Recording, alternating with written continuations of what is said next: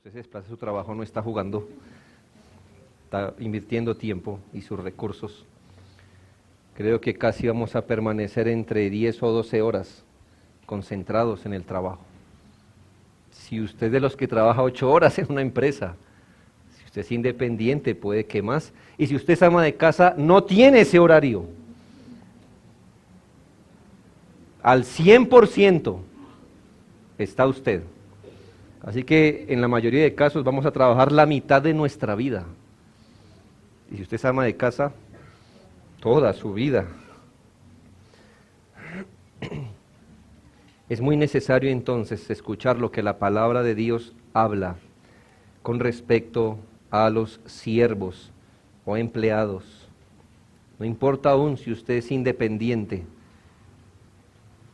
En el caso de los que son empleados, tienen un jefe fijo y permanente. En el caso de los independientes, su jefe a veces viene cada 5 minutos, es un cliente nuevo, cada 5 minutos, o quien lo contrata, pero finalmente aún el independiente es un siervo, porque está sometido a la voluntad de otro. Y es interesante que el apóstol Pablo empiece su exhortación, siervos, con esta palabra.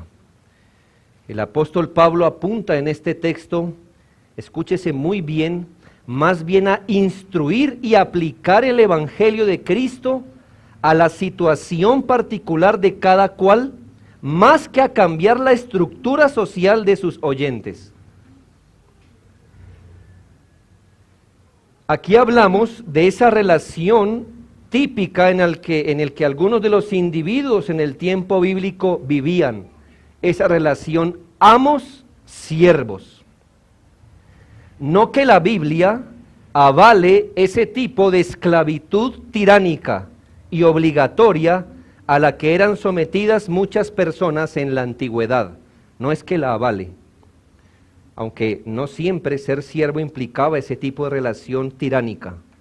Pero aun cuando existía esta relación amo-siervo, es decir, que el siervo era propiedad del amo, aun cuando existía esto, la palabra del Señor nos enseña el principio de priorización.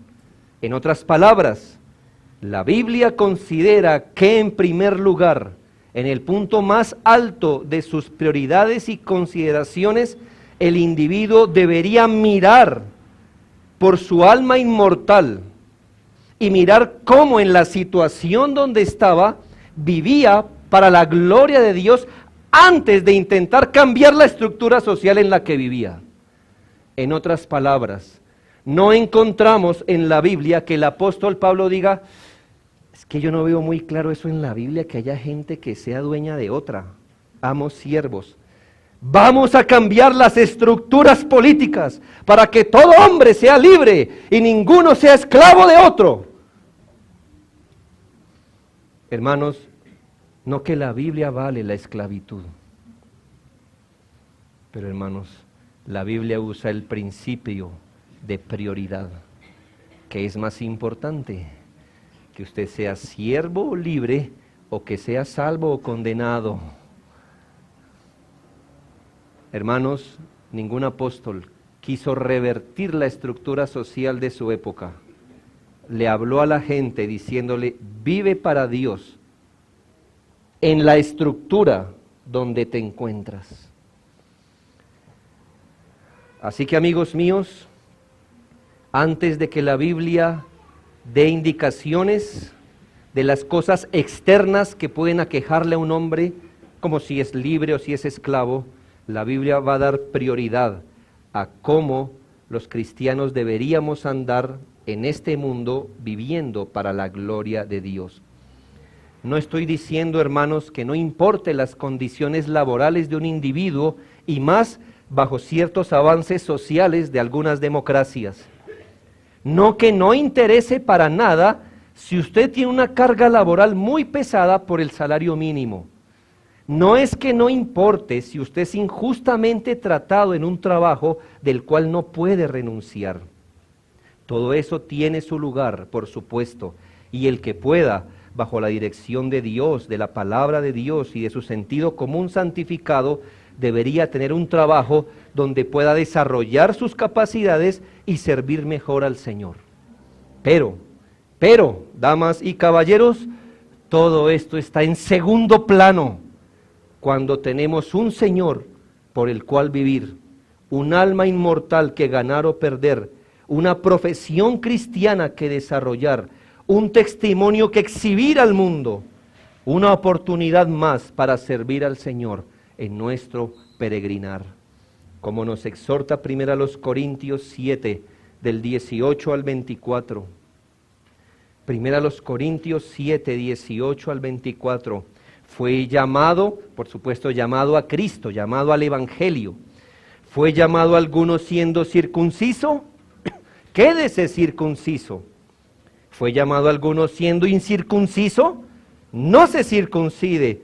La circuncisión nada es, y la incircuncisión nada es, sino que el guardar los mandamientos de Dios. Y escúchese bien, cada uno en el estado en que fue llamado, en él se quede.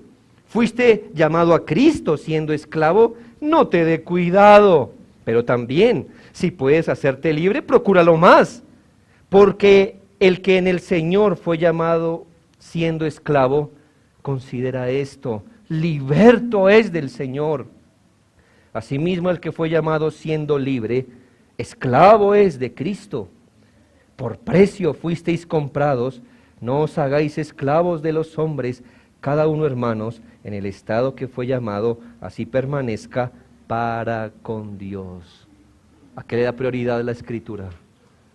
A su trabajo, a su relación, a que usted es un esclavo, se cree esclavo, lo tienen como esclavo, o si es libre, se cree libre, o etcétera. No que a la Biblia no le importe. Usted miró allí, si puedes hacerte libre, ¿qué? Procúralo más, procúralo más. Pero si no, vive para Dios y para guardar sus mandamientos. Aquí hay un principio, hermanos, que hace que todo lo demás quede en segundo plano. ¿Cuál es el principio? Que el creyente debe estar más presto a seguir los principios bíblicos que expresan el deseo de Dios para sus hijos, a los que Él ha querido dar su espíritu, por supuesto, para que los domine, que lo dispuestos que están a cambiar sus asuntos temporales. Vuelvo y se lo digo. El Hijo de Dios debe estar más dispuesto a seguir los principios bíblicos en la situación donde se encuentra, que lo que está presto a cambiar los asuntos externos en los que se encuentra. Yo encuentro que hay muchos hermanos que es una suma carga andar viviendo en pro de eso, mi empleo, mi ocupación, y andan allí y piensan y eso tiene su orden, pero ¿qué los ves, hermanos? Que la vida se les convirtió en eso. Y entonces la procura, o como dice la gente del vulgo, la lucha. ¿Cuál es la lucha? Lograr cambiar toda la estructura externa hasta que yo dé con ese tipo de trabajo donde me realice personalmente. Y ¿sabes qué, hermanos? Difícilmente lo vas a encontrar. Y mientras tanto habrás invertido toda la vida en cambiar la estructura externa en lugar de lidiar con tu corazón, y habrás desaprovechado años que habrías podido vivir para la gloria de Dios en el trabajo donde estás, en la situación que tienes. Vamos a desarrollar este tema en 5 puntos. La orden clara a los siervos o empleados. Segundo, la consideración suprema con la que ellos deben trabajar. Luego vamos a ver las maneras en que Dios les enseña a trabajar. Luego, la manera como de ninguna manera deben trabajar, como nunca jamás deberían trabajar. Y por último, el estímulo que los hará trabajadores excelentes. Y yo quiero decirle, aquí yo tengo en mente todo tipo de trabajo legítimo. ¿Me hago entender? Aún estoy pensando en el ama de casa, aún en ello, todo trabajo legítimo. Así que empecemos porque el texto es demasiado rico. Primero, la orden clara a los siervos, o si pasáramos esa palabra a nuestro contexto, según como ya nuestra democracia maneja las cosas, llamémosle empleado o trabajador. La orden clara. Mire conmigo, versículo 5. Siervos, ¿qué? ¿Cuál es la orden? Obedeced a vuestros amos terrenales.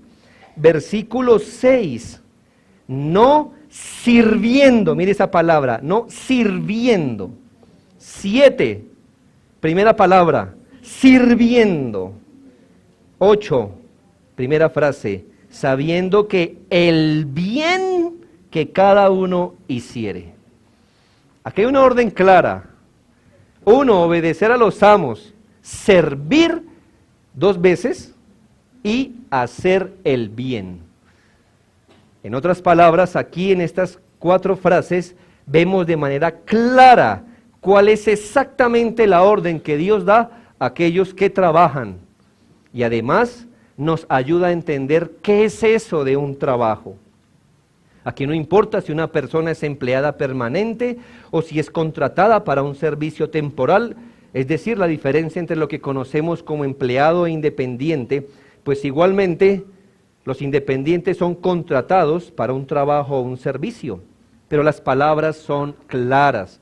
Se requiere, o un trabajo consiste, y además se requiere del empleado, uno que siga órdenes con obediencia, que se subordine a sus amos o jefes terrenales, sean permanentes o temporales. El trabajo aquí es llamado servicio, así que el trabajo es un servicio, hermanos. Es prestar una atención, un servicio. Y por último, que ese servicio es sinónimo de hacer el bien. Hacer el bien. No importa por dónde lo mire, cómo usted quiera definir trabajo. Si obediencia a las órdenes de otro, o servicio, o hacer el bien a alguien. El servicio debe ser prestado y es catalogado, o más bien, el servicio prestado debe ser catalogado como un bien. Si no proporciona un bien, si no es algo bueno, hermanos, no es un trabajo, así usted haya sudado. Si no proporciona un bien, si no es algo bueno, no es trabajo, así usted haya sudado. Pero si es un bien, si eso que hace puede ser catalogado como algo bueno y proporciona un bien, hermanos, eso es lo que la Biblia le llama trabajo. Por contraste, un trabajo no consiste en que no se nos moleste, en que no se nos importune, en que no se nos diga nada, en que no se preste ningún tipo de utilidad o servicio. Queridos hermanos, el mundo y el sentimiento que tiene el mundo muestra que su expectativa del trabajo no es servir. El buen trabajo, según el mundo, es aquel en el que no tenga que servir. No tenga yo que seguir órdenes de nadie. No quiero ponerme bajo los requerimientos de otros, ni prestarles mi ayuda, ni sacrificarme para el bien de otro. No, el trabajo bueno es donde no tenga que hacer nada de esas cosas. ¿Cuál es tu trabajo? No, mira, tengo que prácticamente no hacer nada y me pagan por eso. Uy, qué trabajo, ¿dónde se deja la hoja de vida? ¿Entiendes el pensamiento del mundo? Es contrario a Dios. Es contrario a Dios. Debo decir, hermanos, que muchas personas, no todas, pero creo que la mayoría de personas que no trabajan en empresas y prefieren ser independientes, lo son no por sus habilidades o providencias, sino porque no soportan la idea de subordinarse a alguien, de cumplir horarios o cumplir metas, de servir o hacer el bien. Es la verdad. Muchas personas digo, yo soy independiente porque es que yo puedo manejar mi horario. ¿Lo ves? ¿Lo ves cuál es la motivación? No es servir, es tener tiempo. No quieren ser útiles, quieren estar por encima del resto de los mortales. ¿Por qué eres independiente? Es que yo no soy bueno para recibir órdenes. Eso es su motivación para ser independientes. El Hijo de Dios debe entender que vino a esta tierra a servir a Dios, pero también no es ninguna falta. Es más, es lo que la Biblia le ordena, subordinarse, servir, ser de utilidad. No estoy hablando de todos los independientes, pero le puedo decir que hablo de la mayoría de ellos. ¿Cómo lo sabes? Porque aun cuando son independientes, no cumplen horarios, no son juiciosos, son incumplidos, hacen lo que quieren. Entonces, ¿qué miras? ¿Que fueron independientes por qué? ¿Por sus habilidades? No, para no trabajar como Dios ordena en su palabra. No hablo de todos, pero si usted es independiente, como yo en un sentido, tendrá que ponerse su horario, levantarse a la hora, acostarse a la hora y no decir, es que no quiero trabajar. Igual soy independiente, mañana repongo. ¿Me hago entender? Eso es deshonesto. Porque Dios te manda a servir, subordinarte.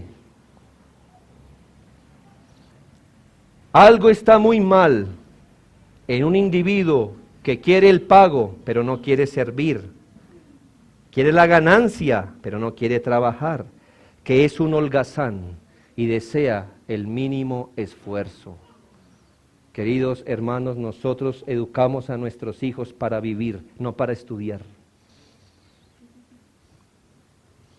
Qué bueno es darles estudio, pero si tu hijo se la va a pasar los próximos 30 años estudiando, ¿a qué horas va a servirle a esta comunidad, a este mundo? El estudio prolongado es un lujo académico. El servicio se necesita ahora. No digo que no estudies, pero ¿sabes? Si entras en ese círculo, después de los 4 o 5 años, ¿qué sigue? Una especialización, ¿verdad? Y después de la especialización, ¿qué sigue? Otra especialización. ¿Y después qué sigue? ¿Y después qué sigue? ¿Y después qué sigue? ¿Y a qué horas vas a servir? ¿A qué horas te vas a subordinar por el bien de otros? Trabaja, trabaja. Para eso vinimos aquí, para someter la tierra en el nombre del Señor. Estudios cortos, estudios precisos, está bien. Segundo, ¿con qué consideración suprema deben trabajar los que trabajamos? De hecho, todos, ¿no cree? Así su trabajo, querido niño, sea su estudio, ¿con qué consideración debería trabajar?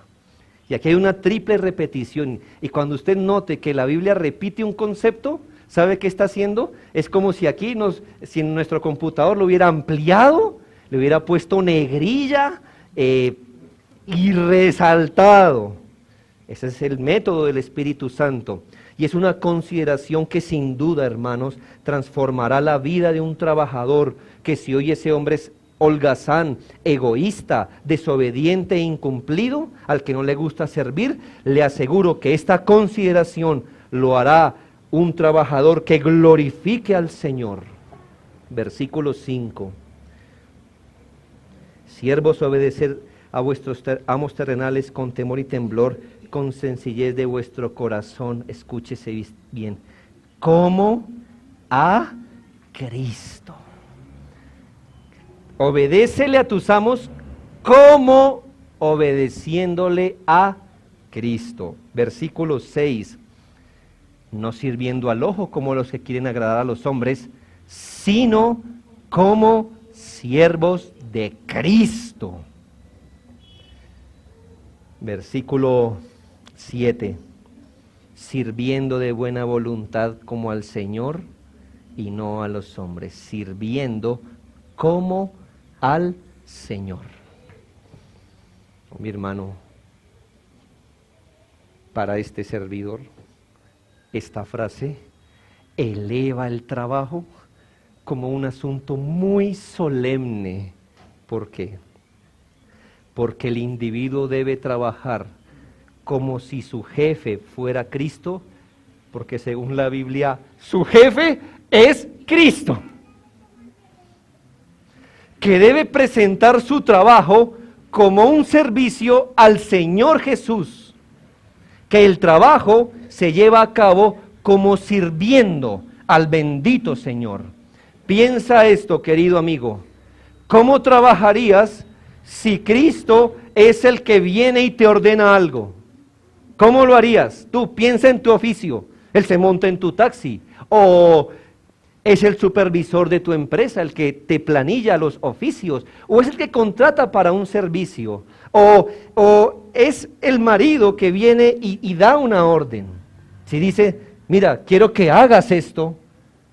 ¿Cómo trabajarías para él? Pues la Biblia dice, como obedeciendo a Cristo. ¿Qué tipo de trabajador tú serías si supieras que fue Cristo quien te entrevistó y es tu jefe inmediato, que a él le das cuentas? ¿Qué dice la Biblia? Como siervos de Cristo. ¿Qué tipo de trabajo presentarías si es el Señor el que te pide un servicio? Imagínate, Cristo diciendo, píntame esa pared. ¿Cómo quedaría esa pared? ¿Cómo quedaría esa pared? Si Él dice, mira, arréglame aquí mi pantalón, ¿cómo lo coserías? Si Él te dice, mira, prepárame unas onces, ¿cómo las prepararías? Esto es muy solemne, hermanos, muy solemne, demasiado para ser verdad. Él es nuestro supervisor, delante de Él trabajamos, a Él servimos cuando trabajamos. Esto no es una suposición. El Salvador de la iglesia, en última instancia, es el jefe último, el empleador final, el amo supremo, el cliente último, el control de calidad, el supervisor. Cada trabajador, así decía mi padre, pone su sello en su trabajo. Es como una marca que le deja a cada cosa, ¿sí? Y es verdad. Quiero pensar, amigos, qué tipo de trabajo harán los que consideran que todo lo hacen para la aprobación y gloria de Cristo. Yo hago este asunto, no lo hice, yo no pudiera hacer esto, pero yo lo hago. Y si yo pudiera orar diciéndole, Señor, este es el fruto de mis manos, ¿qué diría el Señor de este trabajo?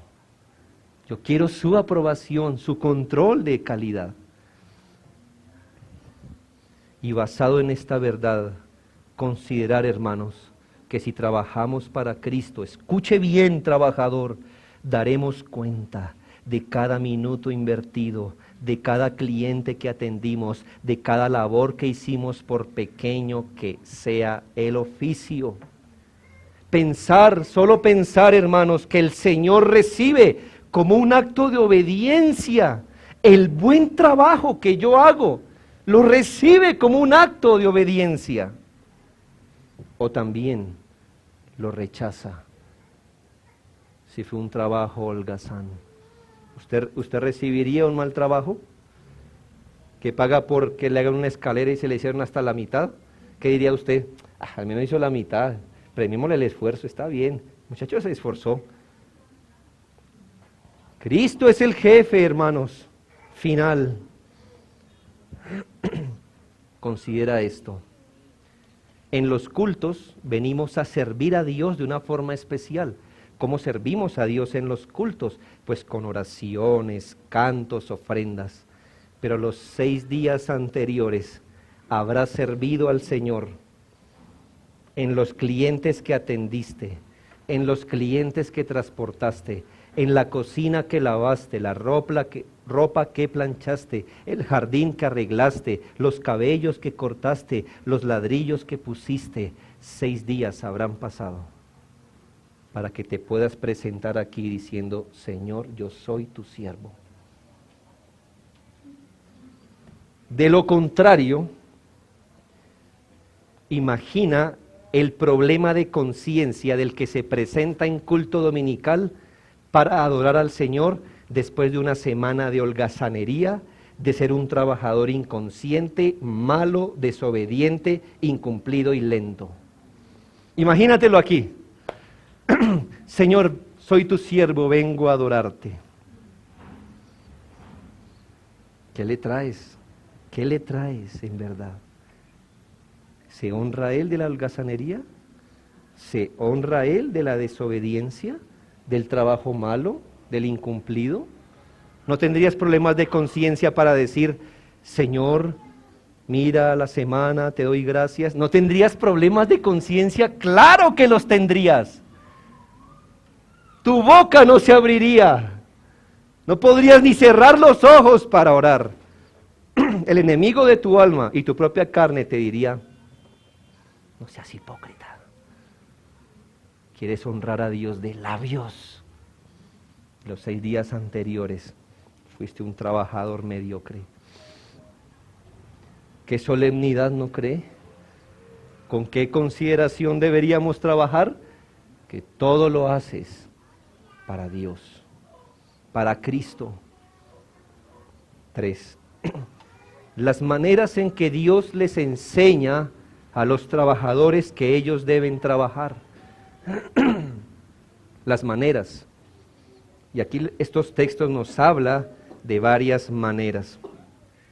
Los asuntos no paran allí con que el Señor nos diga qué hacer y con qué consideración. Nuestro Señor, como buen jefe, cuando usted va a una entrevista, a los que son empleados, por supuesto, cuando va a una entrevista, pero ya en la empresa, y bueno, ¿cuál es la idea? Bueno, Señor, usted va a ser contratado para hacer estas y estas funciones. Eso lo hacen los jefes terrenales. Dios lo hace también así. Y Él les enseña a los trabajadores, como jefe máximo, cómo deberían ellos trabajar. Y piensa, hermano y amigo, qué tipo de trabajador debe ser el que conoce a Cristo y está lleno del Espíritu Santo. Versículo 5. Siervos, obedeced a vuestros amos terrenales, mira el cómo, con temor y temblor. Ahí mismo seguido, con sencillez de vuestro corazón. 6. Bueno, dice, no sirviendo a los ojos, como no se quieren agradar a los hombres, sino como siervos de Cristo, escuche bien, de corazón, haciendo la voluntad de Dios. 7. Sirviendo de buena voluntad. Aquí hay 4 cosas: con temor y temblor, con sencillez de nuestro corazón, haciendo la voluntad de Dios de corazón. 4, de buena voluntad. Qué belleza de órdenes me parece aquí y son de gran peso. Quiere decir, queridos hermanos, amigos, que el trato que nosotros tenemos con nuestros jefes terrenales son una imitación del servicio que le presentamos a Cristo. Dice la Biblia, debe ser con temor y temblor. Hemos llegado al punto donde es el cliente el que va con temor y temblor al que le presta un servicio. ¿No se ha dado cuenta? Yo sé que dice información. Yo sé que la señorita o el muchacho de allí están para dar información, pero yo lo pienso 10 veces antes de pedir la información. Yo tengo temor y temblor. Él no. Entro a un taxi y tengo temor y temblor de decirle a él que haga lo que le voy a pagar por hacer. Yo tengo miedo.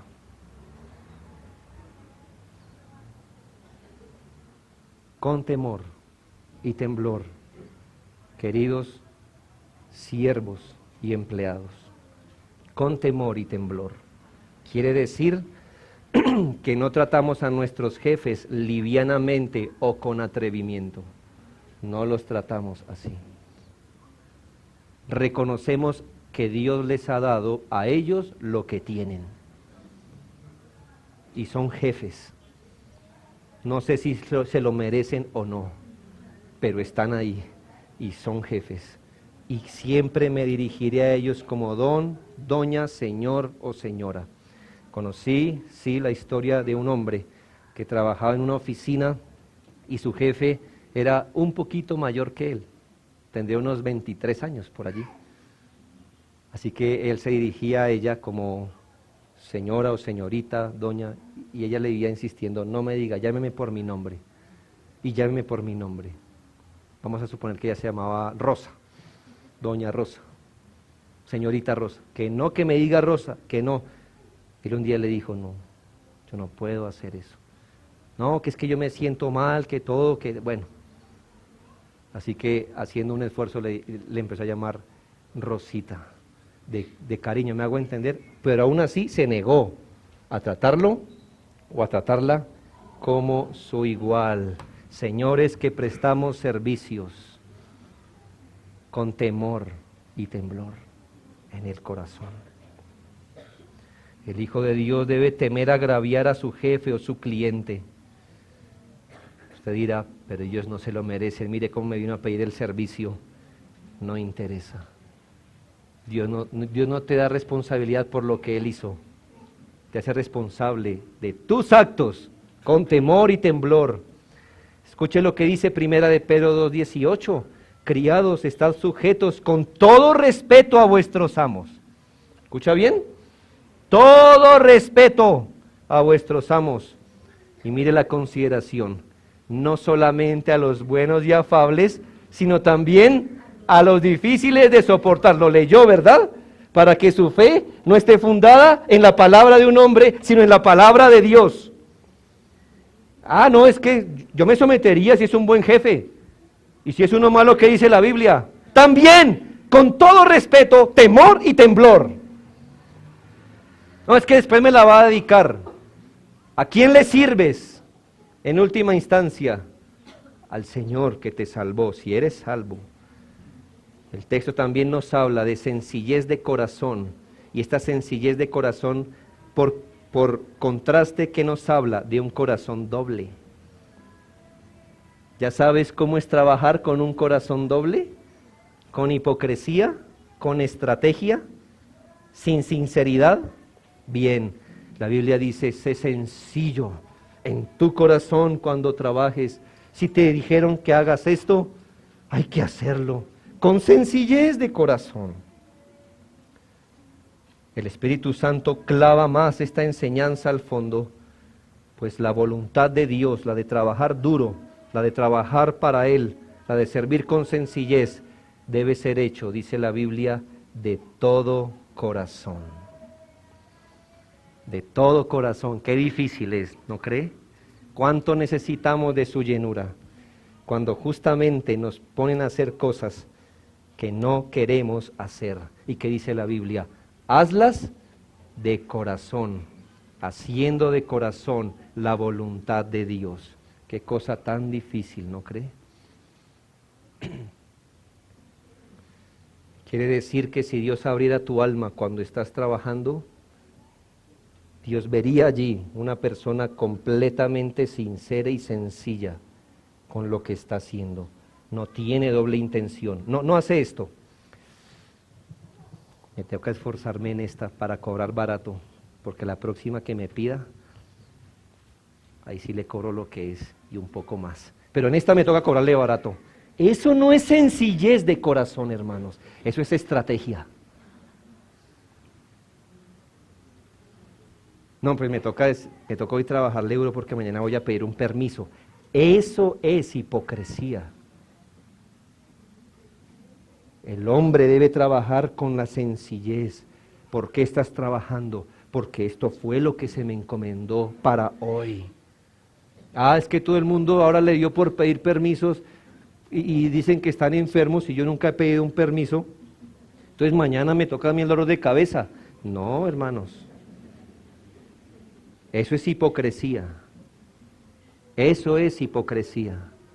Si Dios te ha bendecido con una buena salud y te pensionas no habiendo pedido ni una vez permiso, gloria a Dios, porque darás cuenta, porque Dios te proveyó la salud para que no pidieras jamás un permiso. ¿Me hago entender? Luego habla, otra manera, de buena voluntad. De buena voluntad. Es decir, de buena mente. El trabajo no se hace con mala conciencia, renegando mentalmente, gritando obscenidades mentales, o con quejas en el corazón, murmurando, es que todos, mire que nadie trabaja, yo sí, bla, bla, bla, bla", y murmure, dice la Biblia, de buena voluntad, de buena voluntad. Hay que trabajar de buena voluntad, debe haber buena disposición, buenos deseos de servir. El trabajador cristiano no es aquel al que toca rogarle que trabaje, ni hay que andar empujándolo al trabajo, ni suplicando que tenga buena actitud o iniciativa en el trabajo que se le dio. Él las tiene. ¿Por qué? Porque trabaja de buena voluntad. Y aun cuando está cansado, ay, ¿quién no se cansa, hermanos? Trabajando. Por eso se llama trabajo. En su cansancio piensa, oh Señor, esto es para ti. Toma mi sudor como tu servicio. Toma mi fatiga mental, mi estrés. Toma este dolor de espalda, este dolor de manos con las que sirvo a mis jefes terrenales. Para tu gloria, Padre, para que pueda hacerles el bien a ellos. Solo alguien dominado por el Espíritu Santo trabaja así. Note las palabras de 1 Timoteo 6, 1 y 2. Esto aplica para las amas de casa, ¿no cree? Ay, queridas amas de casa, qué duro, ¿no? Pasar del lavadero, de la lavadora, a la cocina, al piso. Si tienes hijos pequeños, el trabajo puede parecer que no se ha hecho. Presenta tu fatiga como la ofrenda al Señor. 1 Timoteo 6, 1 y 2. Mira cómo recoge las enseñanzas. Todos los que están bajo el yugo de esclavitud, tengan a sus amos por dignos de ¿cuánto honor? Todo honor. Para que no sea blasfemado el nombre de Dios y de la doctrina. Y los que tienen amos creyentes, ahora sí con ellos sí podemos tomarles el pelo. No, y los que tienen amos creyentes, no los tengan en menos por ser hermanos, sino sírvanles mejor, por cuanto son creyentes y amados los que se benefician ¿de qué? De su buen servicio.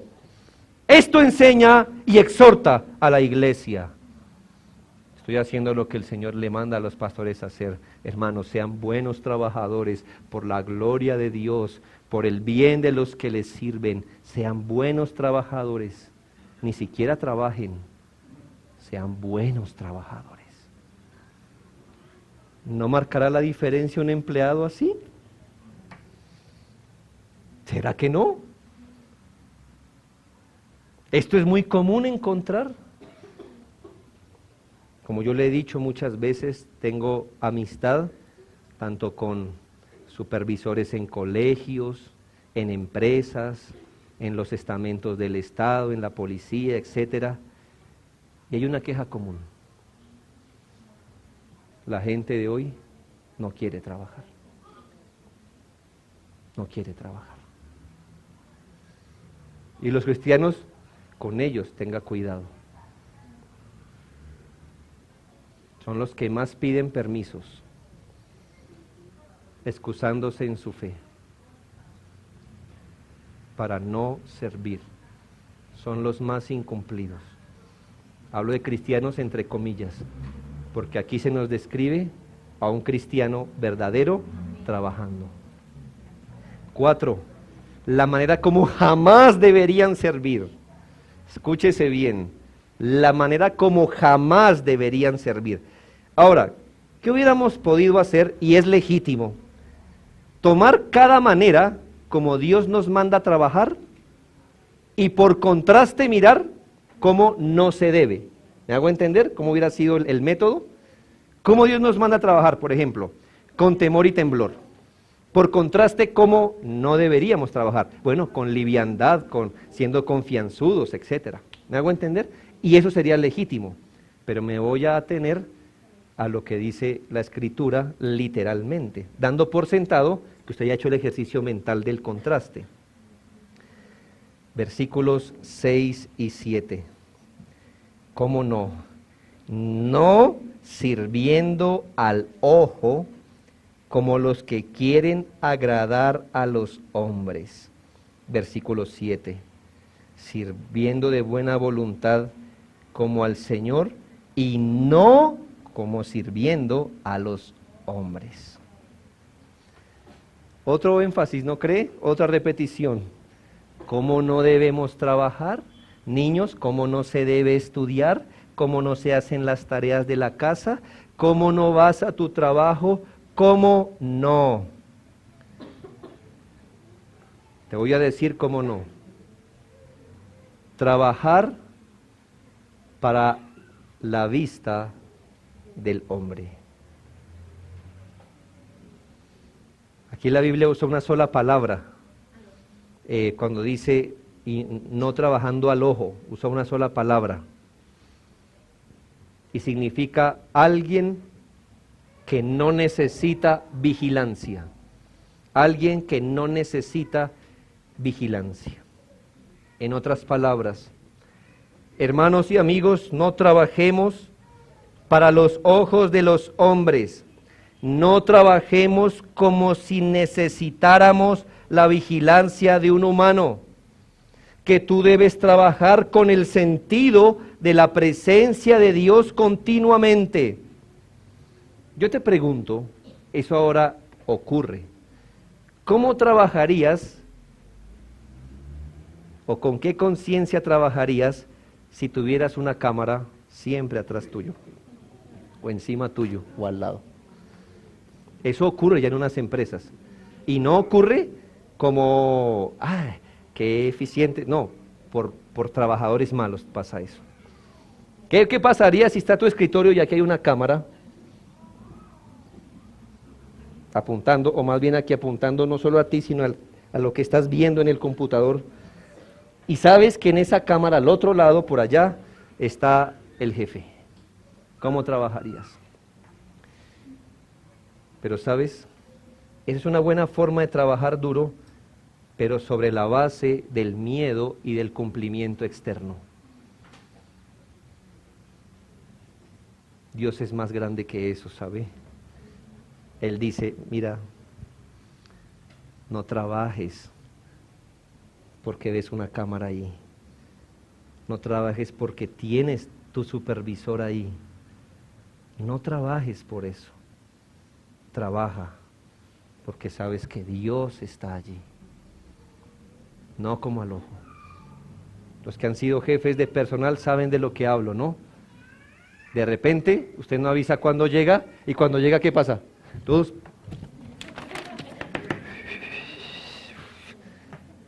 Es muy obvio, los empleados creen que nadie se da cuenta. Es muy obvio, no estaban haciendo nada. ¿Cómo están trabajando? Para el ojo del hombre. Piensa, querido hermano, que los hermanos que trabajan destapando máquinas, qué sé yo, arreglando, poniendo pequeños repuestos que nadie se da cuenta, donde nadie sabe si la lija llega o no llega, la madre que nadie le va a fiscalizar si barrió el rincón o no. ¿Me hago entender? No, para el ojo del hombre. Claro, usted dirá, ¿cómo no si eso es lo más importante? No, bueno, es muy importante, ¿sabes? Cáele mal a tu jefe. Pero hermanos, el Cristo que te salvó está al frente tuyo en cada labor. El que derramó su vida en la cruz para salvarte de tus pecados, tiene sus ojos puestos en ti. porque los ojos del Señor están sobre los justos y sus oídos atentos a sus oraciones. Usted dirá, qué bonita promesa, ¿no? Los ojos del Señor están sobre los justos. Por supuesto que es una promesa, pero aplícala a tu trabajo. Los ojos del Señor están sobre los justos. Sobre los justos. ¿Eres hijo de Dios por la fe? Los ojos del Señor están sobre ti. No solo sobre tus labores, que eso es lo fuerte, porque la cámara mira tus labores. Los ojos de Dios miran tus labores y miran tu corazón. ¿Qué tipo de trabajador serás? Qué solemne es trabajar, ¿no le parece? Qué solemne es trabajar. No trabajes con hipocresía, solo para ser visto, como dicen popularmente, el empleado tramador. Ya usted lo conoce, ¿no? El soldado tramador, que solo lustra el frente de las botas, porque es lo que ve el comandante cuando pasa por el frente. ¿Me hago entender? El perro canequero que deja por fuera la cola cuando se mete en la caneca. ¿Me entiendes? Solo trabajar para la vista del hombre, para tramar la vista del hombre, pero te olvidas de algo, que los ojos de Dios están sobre los justos. Y Él mira tu trabajo y el corazón con el que lo hace. Y por último, el estímulo que los hará trabajadores excelentes. Como si todo esto no fuera ya mucho, debo decirles, hermanos, una máxima que creo que usted ya lo sabe. Dios, siendo nuestro jefe último, no se lucra de nuestro trabajo. Piensa esto. Cuando trabajamos, cuando prestamos un servicio, pues esa es la idea del trabajo, a alguien beneficiamos, ¿no? Piensa en cualquier trabajo que se haga. A alguien beneficiamos, sea en la casa, en el trabajo. Así que puede pasar que una persona resulta con cierto beneficio, y ese beneficio ¿de qué le vino? Del servicio que se le prestó. Y yo creo que una de las motivaciones más grandes debería ser irnos a la cama con la satisfacción de haber servido a alguien hoy. Es decir, alguien que no tenía tal cosa, o que no sabía tal cosa, o etcétera. Dios me usó para proporcionarle eso, o que él no tenía, o que no sabía. Y es una de las satisfacciones, hermano, que da un sueño en la noche refrescante. Hoy serví para algo. Eso es verdad, hermanos, no crea. Eso llena. Y eso llena harto. Hoy serví para algo. Imagínese el hombre que por negligencia no trabaja. Ese hombre no duerme bien. ¿Cuáles son sus últimas palabras? No sirvo para nada. Pero no es el caso de los hijos de Dios. Es gratificante realmente pensar en esto. Eres profesor y te vas a la cama diciendo, hoy mis muchachos aprendieron algo que hoy no sabían. Eso es gratificante, ¿no cree? ¡Qué bueno! Este hombre va a leer mañana porque le estoy enseñando. ¡Qué bueno! ¿Sí ve? El ama de casa que dice, hoy mi hijo va a tener fuerzas para trabajar porque fui consciente mientras preparaba su alimento. Le estoy dando los alimentos que él tiene que comer. Su hijo no tuviera eso si usted no lo hiciera. Pero hermanos, si Dios es nuestro último jefe, ¿en qué se beneficia Dios de nuestro trabajo?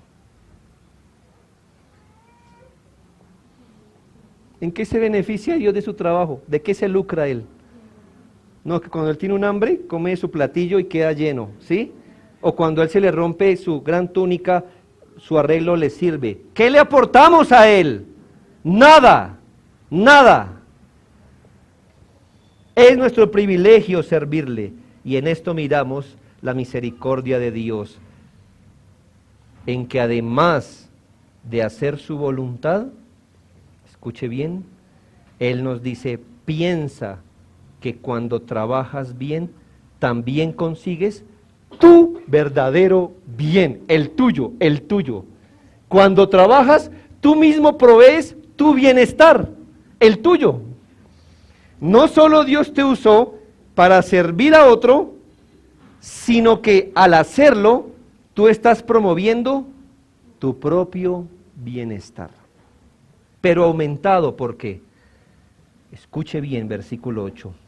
Sabiendo que el bien que cada uno hiciere, ese recibirá. Y ahí no termina el texto.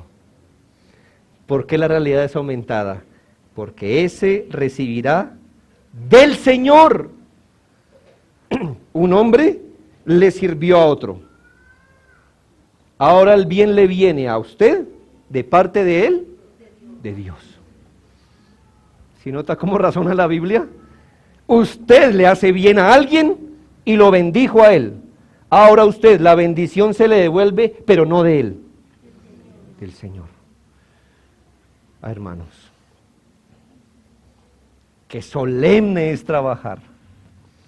Si tú haces tu trabajo de corazón, tú mismo recibes el bien, pero no de mano de hombres, de mano de Dios. Qué gratificante es y qué estimulante es trabajar así. Piensa, cuando recibes el dinero después de un trabajo, en los términos que hemos visto, ¿sabes?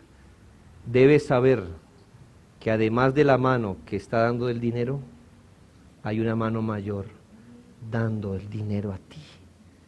Y esa mano bendice todo lo que toca, hermano. Por eso no es cualquier salario el que me gano yo. No es. Eso viene de Dios. Los otros lo reciben de la mano del hombre. Los demás lo recibimos de la mano de Dios. Eso es verdaderamente satisfactorio. Mira, hay gente que aceptó trabajar por el mínimo y resultan trabajando el mínimo. ¿Entiendes? No es igual. Cuando usted le contratan por un mínimo, se espera que trabaje duro por lo que convino. Pero la gente resulta trabajando el mínimo y se desaniman por el pago. ¿Sabes por qué?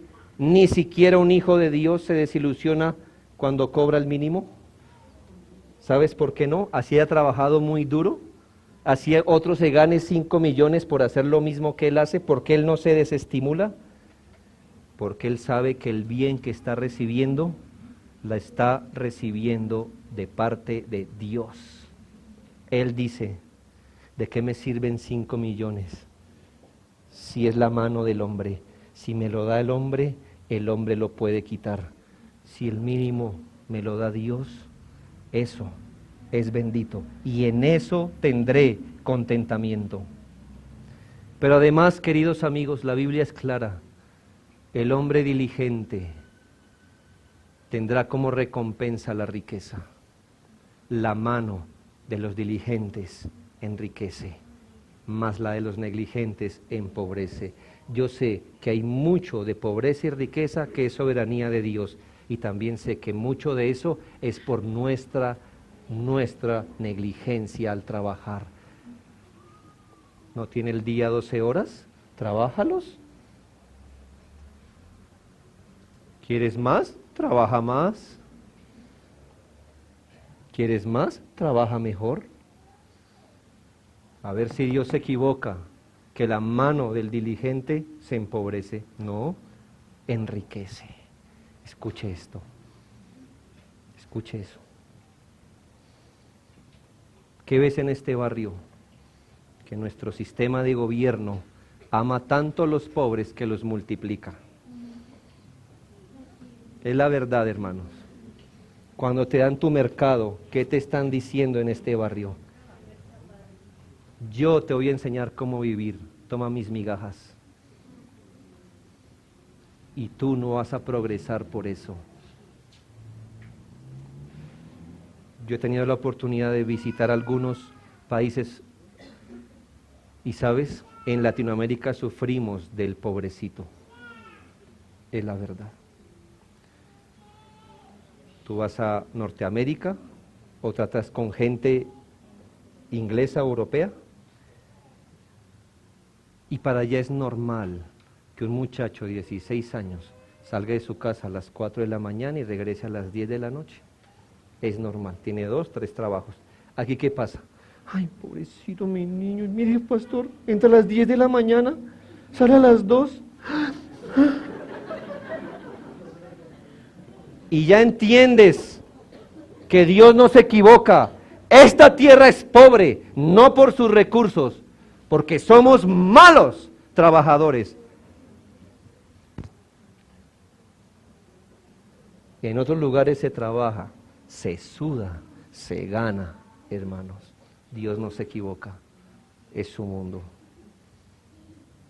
Pero además de eso, un buen trabajador no solo gana dinero, es rico en confianza que gana con otros, en respeto, en dignidad. Y un buen trabajador aprende mucho más de lo que fue destinado a hacer. ¿No has visto? ¿No has visto la historia del hombre que entró haciendo un pequeño oficio y después miró, fue diligente y el Señor lo bendijo? Hermano, eso no son mitos, eso es verdad. Dios bendice a las personas que trabajan. El bien que cada uno haga lo recibirá de parte de Dios. Y eso Cristo lo ganó para sus hijos bajo el Evangelio. Que nos diera su Espíritu y que su Espíritu nos hiciera tan buenos trabajadores que además de servirle a Él en lo que hacemos, adquirimos nuestro bien. Oremos.